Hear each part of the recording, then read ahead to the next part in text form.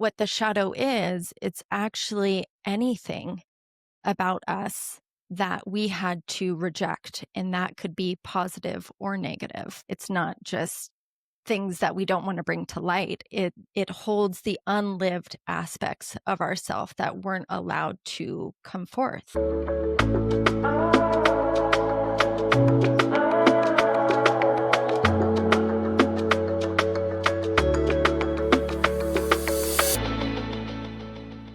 Welcome to the True Northing podcast. Before we get into it, if you haven't already, go ahead and hit that subscribe button. We would be so grateful. It helps you get notified when new episodes come out, and it helps us reach more people. Allie, I have a question for you. Give it to me. I was listening to Kristen Alt talk about how when we are going through a lot of personal growth or change and kind of up leveling, or maybe she used the word upgrading ourselves emotionally, spiritually, just growing into a more authentic, integrated self, that there can be a lag between the emotional, spiritual self and the body, and that the nervous system has to essentially catch up to what's happening for you emotionally or psychically, that kind of growth. And the question is, what is your nervous system learning to hold right now? Like something that you're maybe psychically integrating or stepping into more fully, that your body and nervous system is learning to be with, catch up Mm, to. mm. Well, I actually feel like my nervous system has just started to integrate something. There is a part of me that I've been working on in terms of, well, really in terms of what we're going to be talking about in this episode of reclaiming lost parts.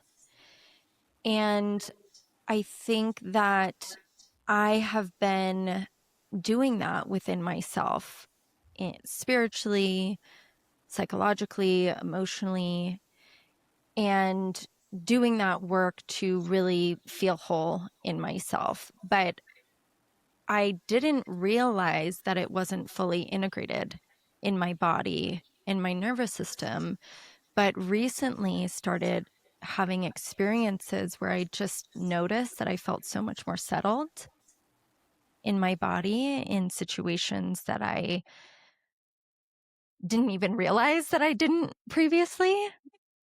It was almost like having this visual of it trickling down from like the spirit and psyche down into my body and nervous system. So feeling this ease in this nervous system regulation and homeostasis where I didn't before in situations or with people that I didn't previously and didn't even know it. So that So resonates. like your body is just coming into alignment with what you've been integrating. Yeah, but I didn't even realize that my body wasn't in alignment. And so I was surprised to be like, wow, my nervous system, my body feels different than it did a month ago, even though my mind had changed or my awareness had changed. My body was still holding on to the story. I love that. Hmm. Yeah. What about you? Yeah. So how do I put this? My nervous system is learning to receive and really trust intimacy. I'm learning how to trust that it's safe to reveal myself fully, to really settle into my authenticity within partnership. Mm. And so psychically or, mentally, emotionally, I can say, oh, I've been growing into this for so long. And consciously, I can say that I'm very comfortable with intimacy and that I know how to do that. And I know my self worth and all of these things. But it has been interesting recently to notice more of a nervous system self protection feeling around intimacy, that it actually has felt quite vulnerable. So recognizing that this other piece, my body, is catching up to what my mind already knows. Mhm.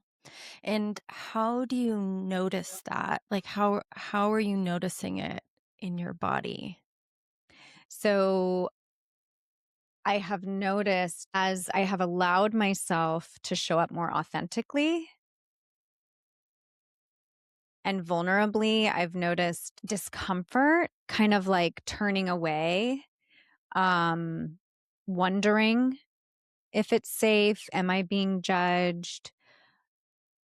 Also noticing kind of a protective shield that doesn't quite let the love in, out of Mm. self-protection, almost kind of questions if it's real, what they're saying, or the kindness or the love. Like, is it real? Can I actually trust it?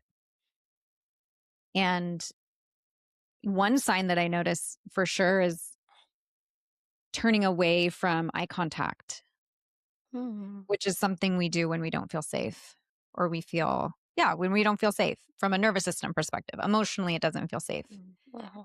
We kind of can turn away. So that's Oh, been a yeah. sign that I've observed of this discomfort, or kind of figuring out if it is, in fact, safe to just be who I Wow. am. It's like picking up on the subtleties. Your mind has integrated it, your being, but then it's like now you're like, "Oh, wow, body. Like you're responding this way, but I thought we thought and felt this way." Uh-huh.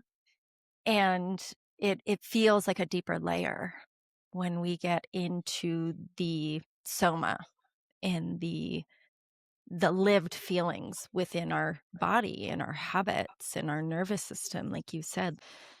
Oh, this is a lot of eye contact.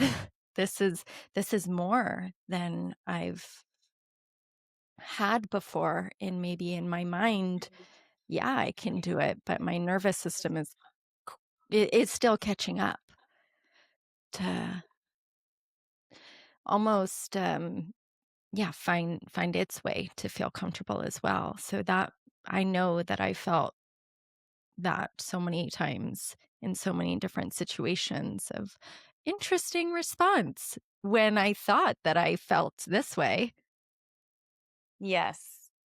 you know. Yes. And so the different and so I guess that means it's not that we haven't integrated it, it's integrating more into other layers of ourself.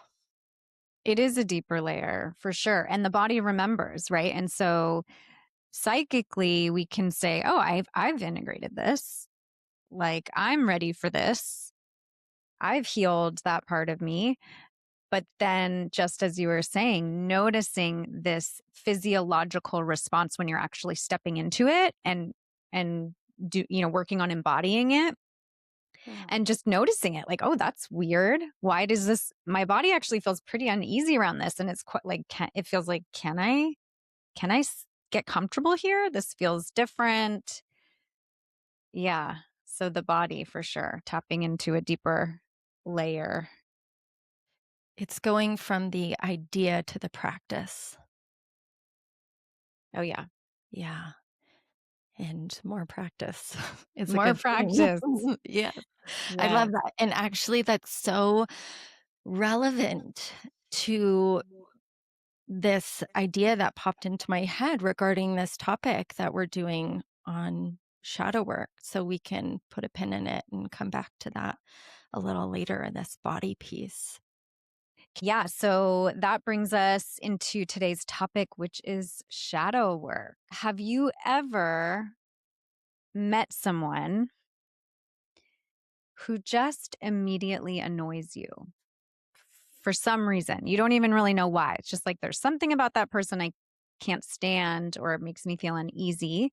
Maybe you find yourself judging them, or maybe you find yourself in a situation where you overreacted, like you had this emotional response or reaction to something that didn't quite match the situation. And maybe you could look back on that and think, huh, that's interesting. I wonder why I got so angry or so upset. This is the hidden part of us that we refer to as the shadow. And we all have many parts of us that live in the shadow. And today, what we want to talk about, well, I guess we want to kind of define it for people who this is a new concept for. And we want to explore why one would be interested in doing shadow work, what it looks like, and what some of the steps could be to exploring your own shadow. A lot of people, when they hear the word shadow or shadow work, think that it's about going into these like dark, not good places of ourself or others. And like, why would I ever want to go there? Why do I want to go into the darkness? That's not what I want to cultivate within myself. I want to cultivate my good qualities. And that is what's often misunderstood about the shadow, is that it's all of our dark, unloved qualities that we would never want to resurface. But what the shadow is, it's actually anything about us that we had to reject, and that could be positive or negative. It's not just things that we don't want to bring to light. It holds the unlived aspects of ourself that weren't allowed to come forth.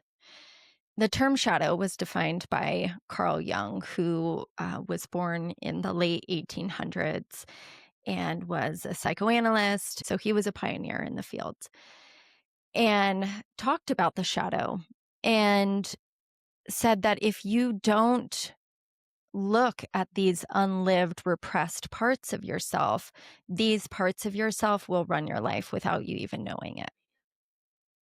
And so the point of doing shadow work is not to dig up dirt on yourself. It's to come to know all the parts of yourself that you weren't allowed to feel, express, embody, believe, so that you can become whole and integrated and live the most authentic version of yourself and have more choice in your life.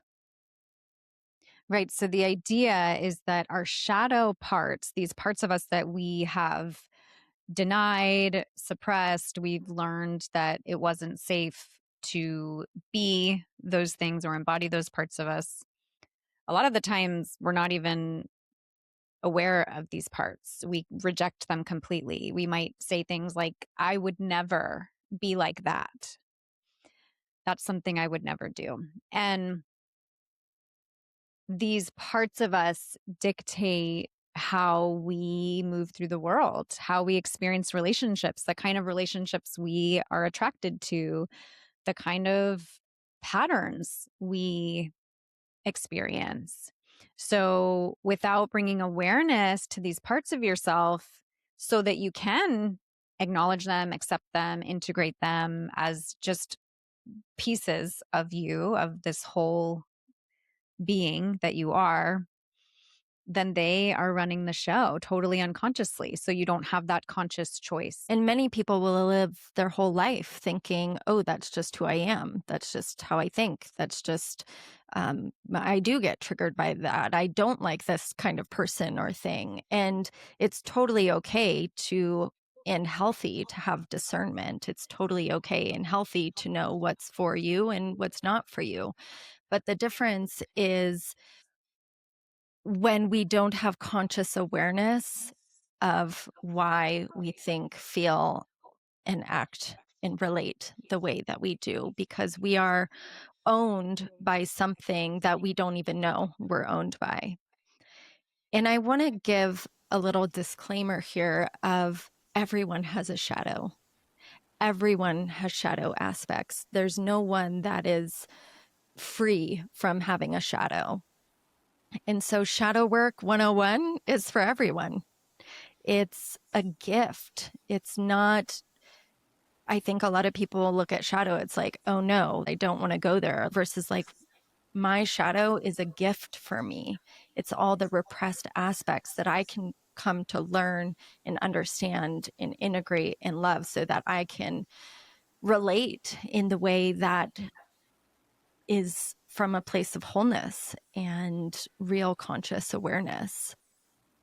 And what's interesting about the shadow and how it comes to be is often developmentally, when we're young, we get messaging either from our family or our culture directly or indirectly about what is okay and not okay to think, feel, act. We got direct messaging about ourselves, such as, oh, you're too emotional, oh, you're too sensitive, or even people didn't share in the same kind of expression that you did. Maybe you were really radiant and brilliant and excited, but that wasn't celebrated or honored in you. And so you learned, oh, there's not a match for me here. I can't live out those parts of me because they can't exist here. I'm not seen or welcomed in them. So many different parts of us can get tossed out, whether through direct messaging or from just not seeing ourselves reflected or celebrated in the world. Yeah. And these parts of us can sometimes be experienced by others as threatening or treated as threatening, right? Maybe I was a child who had really big energy and would get really excited and was very expressive, but I grew up in a family where maybe my parents didn't express like that was, and that was part of their shadow. That was their growing up, was it was not safe to express, or it was bad to take up space or have too much energy. It was like too much. And so then they would respond to my big energy and excitement by kind of shaming me or reject, right? Somehow sending me the message that, like, hey, calm down, like, be quiet. You're too much. So that then I would learn that that's not okay to be that way. And so I have to hide or reject this aspect of myself. It's not safe to show this very natural part of myself.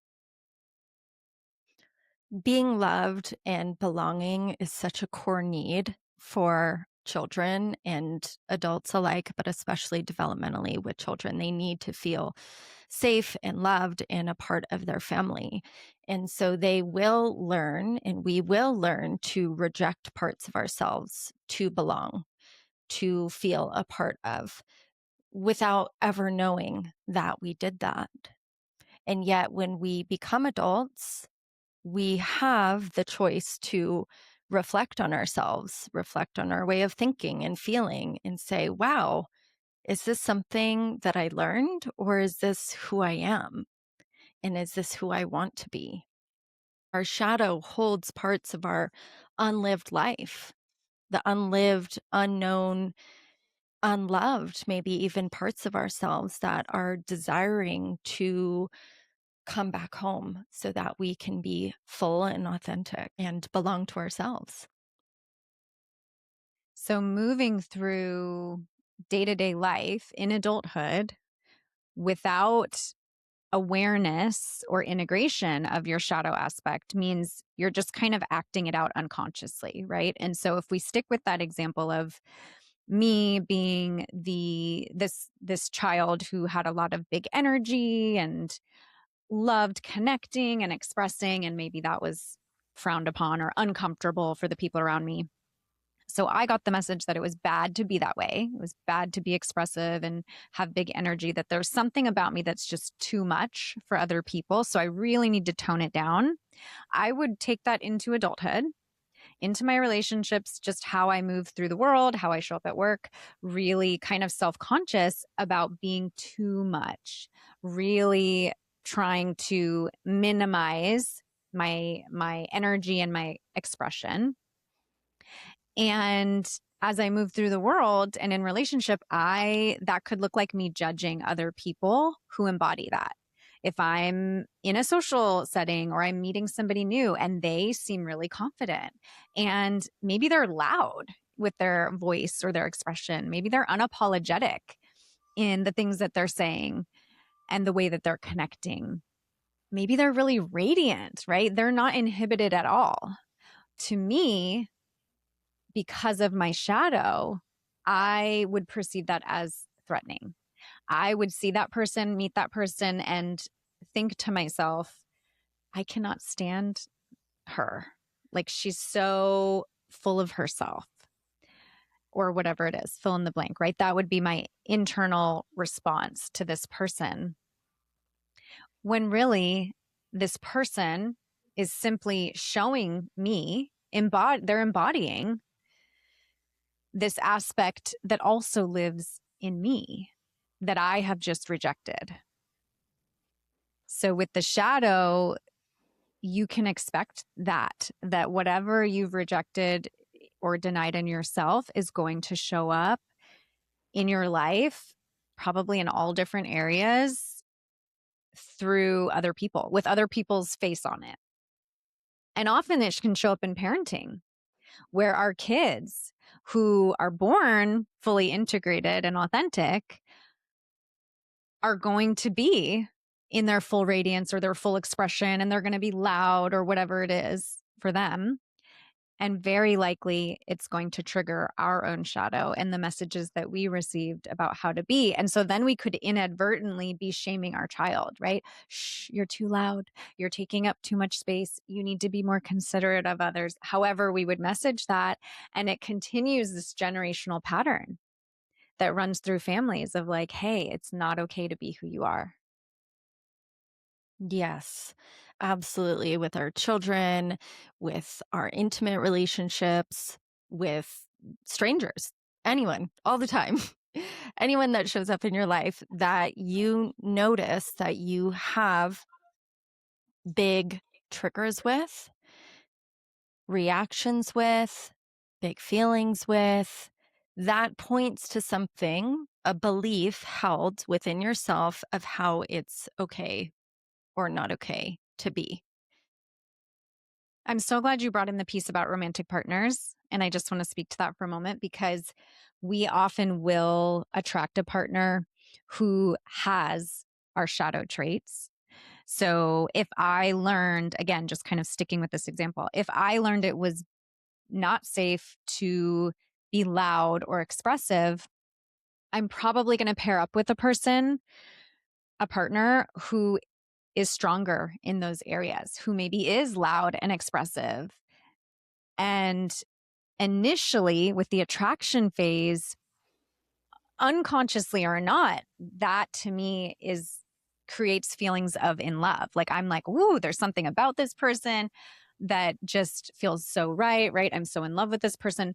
And part of that is because our unconscious is recognizing that this other person has this piece that we have denied in ourselves, this piece that we need to integrate. And so it feels like a match because with this person who's embodying my shadow, I I have this opportunity to become whole. I feel complete because they have this piece that I have denied in myself. So that's kind of what happens initially. And then once we get out of the bonding hormones, the beginning exciting phase, and we settle a little bit, that's where those same traits become triggering. And suddenly we're unhappy with our partner in these ways because who do they think they are to be fill in the blank? To be, gosh, they're so loud, right? They're so expressive. They're so unaware of how much space they're taking up in the room or whatever it is.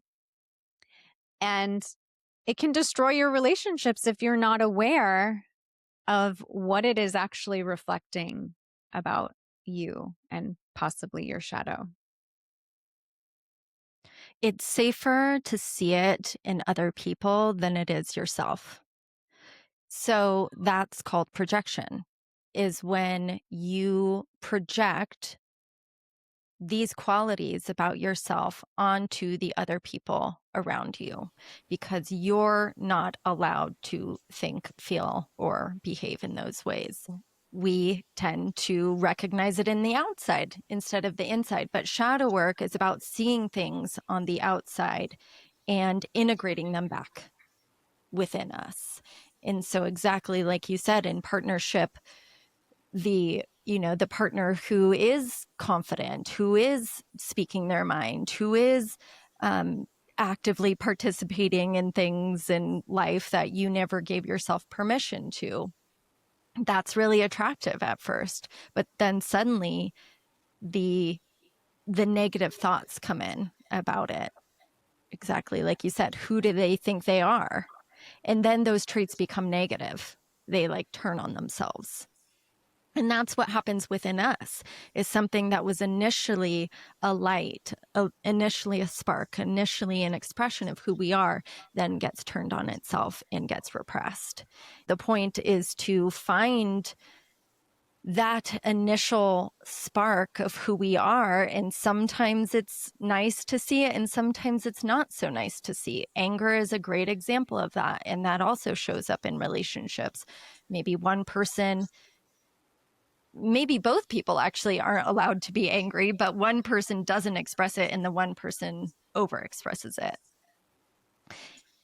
But say for the person who's not expressing anger, sees the other person who is expressing anger and is like, that's totally not okay. Anger's bad. It needs to go away. Versus, I need to look within. I need to find anger within myself in the story I have built around it, and give myself healthy opportunity to express anger to myself. What is the anger within me letting me know about what I need to hear? And so when we don't integrate parts of ourselves, they show up in unhealthy ways. So anger will come up in toxic, harmful ways versus healthy, self-honoring ways. And that's true with any quality, any emotion. If it's not owned, it's disowned and it's rogue and it's showing up in all the ways that can be self-sabotaging or relationship sabotaging or judgmental, or all these ways that it's like the manipulated aspect versus the mature aspect of the quality. Wow, this is really reminding me of my younger self. This is probably something a lot of women can relate to, the shadow side of sexuality. Uh-huh. So, in my case, like with a lot of women in our society, it was bad to be sexual as a woman, right? You're slutty if you are, too comfortable sexually or expressive sexually. And yet I was a sexual person. And so, because I learned that that was bad or not okay, it would come out like you're describing. It would come out in unhealthy ways. It was either totally suppressed, where I wouldn't allow myself to be in my full sexual expression or my pleasure, right? I wouldn't even allow myself to really tap into pleasure. That didn't feel safe. Or it would come out in really unhealthy ways um, that were uncontained and not really aligned with who I am or honoring myself. I think that's an important piece that you're speaking to. When it is denied or repressed, it comes out, it finds its way out somehow, some way, but in really unhealthy ways.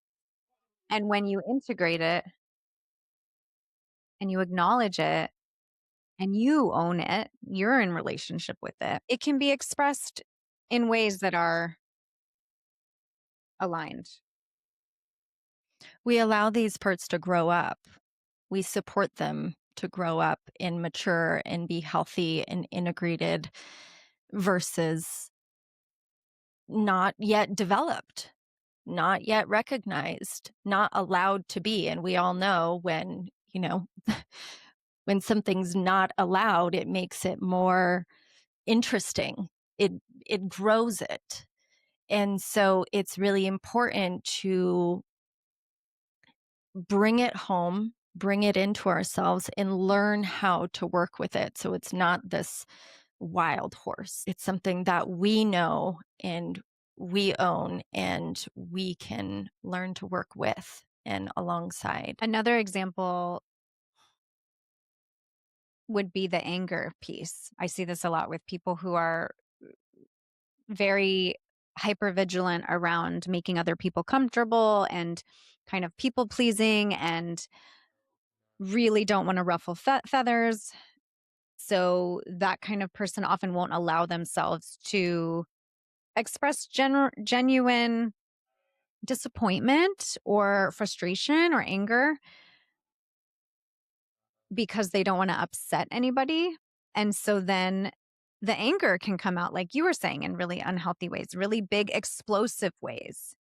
It's the same thing in relationships when you're not acknowledging what you're feeling or what you're experiencing and you're suppressing it over time, it just gets bigger and bigger and bigger. And then it ends up exploding or coming out in these really big, unhealthy ways. So I like what you said about taming the horse. Mhm. You're in relationship with it. When you can just allow yourself to be, hey, this situation crossed a boundary for me, or I'm recognizing I have a need that's not being met here, or this was really disappointing to me.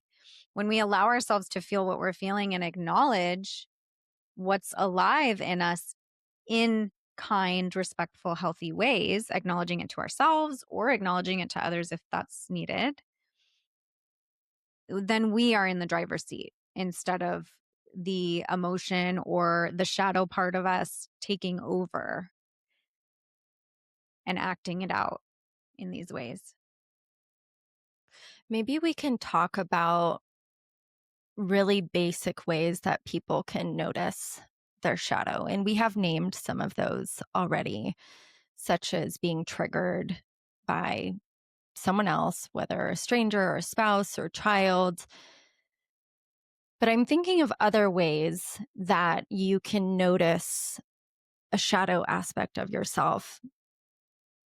And maybe we can just list some of them off here. So, being triggered, being envious, being judgmental,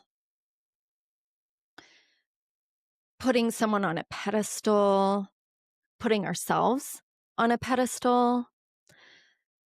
Um, Help me list some other things here that you can You're think of. taking all the ones, yeah, that's what I was thinking.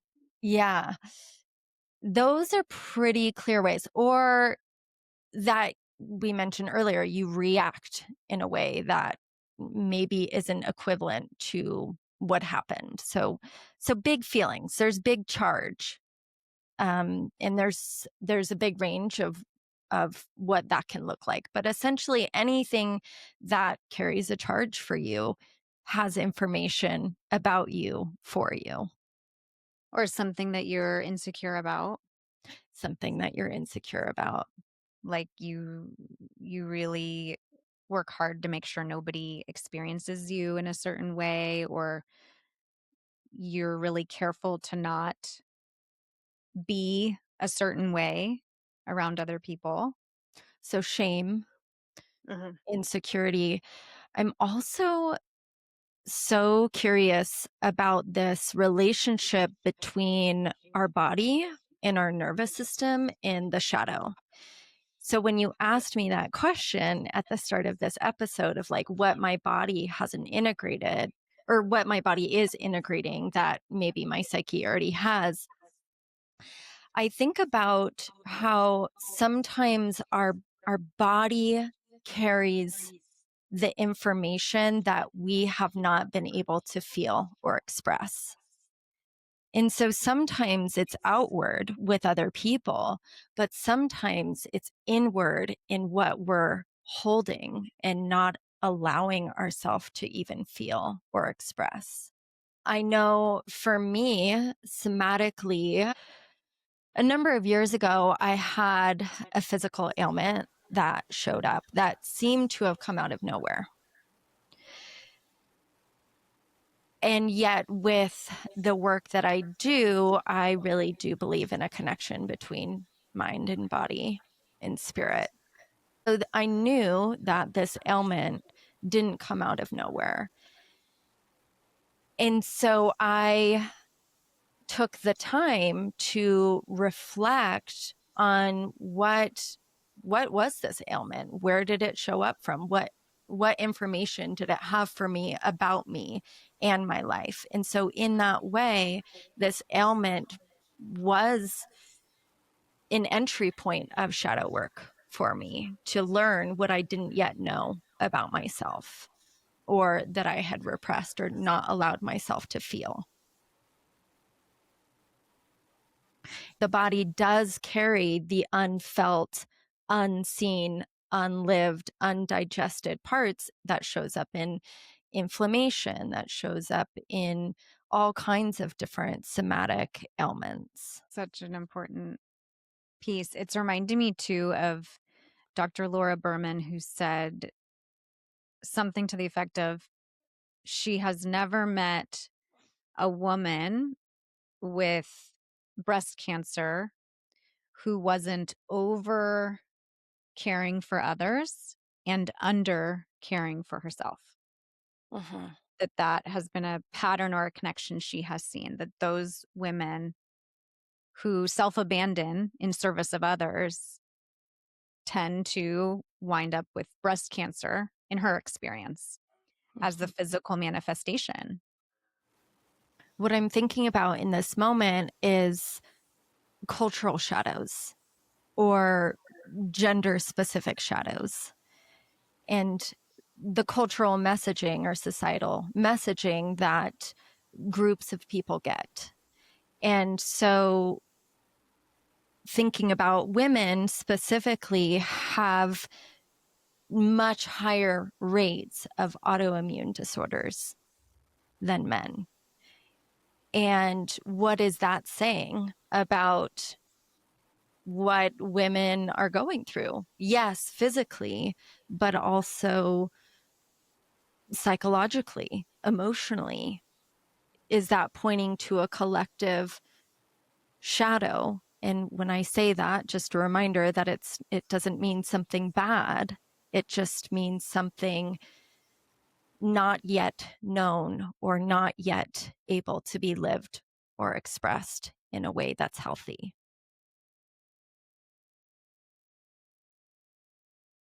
Yeah, I love that piece. So there's a lot of layers here to consider. And we touched on some of the signals, what could be signaling to your shadow in your life, the envy, judgment, insecurity, shame. From here, I think we can go into what people can do with that once they notice, oh, I'm feeling shame. Oh, I'm judging someone. Oh, I feel like this person is so much better than me. Like what can they do from there? That's step one, I would say, is recognizing that we all have a shadow. Step two is noticing these thoughts and feelings that have a charge that come up. And what can you do from there after you notice them? And just the act of noticing and acknowledging is hugely powerful for most people because you're bringing it out of the shadow. You're suddenly aware of it. You're bringing it into the light and you're seeing it. You're noticing it. That by itself, the acknowledgement can discharge a lot of emotion. And then from there, we bring curiosity. You notice the signal, you notice the envy, the judgment, whatever it is, and then you get curious. I love the idea of doing it on paper. Asking yourself, what is it about this person or this trait or behavior that I don't like? What are the messages I may have received about this? What are the societal messages, the cultural messages? What about my parents or in my family? How did people respond to this kind of trait? Yeah. And does this trait live in me? How And does it live in me? Where does it live in me? yeah, how, where, how do I notice it? Where have I seen it shown up before? So it's going from the outside, looking outside, then directing it inside to get curious about ourselves. How exactly what does this quality look like in me? What do I do when this quality shows up? What messaging is around it? What am I afraid will happen if I feel, embody, express, know this quality about myself? When was the time I felt judged for this quality? When was the time I behaved in this way and someone responded negatively? How does this quality want to live through me? Does it have a message for me? What does it want me to know about myself? Something you said in our side conversation before was the process of befriending an aspect of us versus rejecting. So when you notice it come up, the shame or the judgment, whatever it is, instead of just rejecting it, befriending it, asking it questions, getting curious. I love what you just said, which feels like it ties into befriending, is identifying what the gift, I forget the word you used, identifying what the gift is or the message is from this aspect. You know, everything has a light side and a dark side, right? When it's expressed in a really unhealthy, maybe uncontained way, there's the dark, right? It can come out in unhealthy, dark ways. But then there's a light aspect to it too. How is it really good to be this trait? How does it enrich my life? What are the positive benefits of having this kind of trait? We use the word untamed or even immature earlier for maybe the repressed aspects. And so the way I like to think about it sometimes is reparenting these parts of ourselves. So, yes, befriending, welcoming, getting curious. What I do sometimes is I'll put my hand on my heart and I'll be like, wow, I see that I'm really feeling abandoned right now, or I'm really feeling ashamed right now. And I really validate myself for what I feel. And so I take a moment, I turn my attention inward to whatever part that is that usually we can reject even in very subtle ways. Oh, no, you don't need to think that way. Oh, no, you don't need to feel that way. You have no reason to feel that way or think that. So instead of disregarding and invalidating in all of these subtle ways, we actually validate ourselves. I see that you're really angry right now. I'm going to take a breath with you. I have my hand on my heart and I just get really present and I say, it makes sense that you feel that way. You know, whatever happened in your life, whatever's happening right now, it really makes sense. And I become present with that part of myself. And I ask it what it needs. What do you need right now? And some people will get a message, some people won't. But even the fact of just being present and not rejecting, whew, it brings it all home. We get to be whole. We get to own ourselves. We don't need to give these parts and pieces away to someone else. We don't need to outsource approval. We don't need to outsource caretaking of these parts, even because we can be present and love them. So supporting them to be validated and supporting them to be heard so that they can express themselves in a healthy way, and we can support them to go from the unhealthy expression to the healthy expression because they often have that within them. So anger might communicate something that's not okay for you or something that doesn't feel right. And so anger, instead of just lashing out, it can give you the message of that really didn't feel okay to me. So later you can express it in a way that's mature, aligned, true to yourself, and true to your relating. There's an element of self-compassion here that comes with the curiosity, with the acknowledging and the curiosity of like, okay, yeah, this lives here. This is a part of me. And I can accept that it's here. I can see the good of that, or I can validate where this comes from and have compassion for myself. And if you think about it, the befriending piece, I mean, that's really what we needed around this aspect of self, around the shadow parts of us when we were kids. So instead of my parents, in this example, rejecting my bigness or my big expression, what really would have been helpful is for them to befriend it, right? To not cast it away, but to help me explore it a little bit, maybe help me tame it a little bit if it needed that. Help me find the balance or the healthy expression that worked for everybody, but still honored and acknowledged and celebrated this aspect for what it was, for the light that it brought. We are each unique individual beings.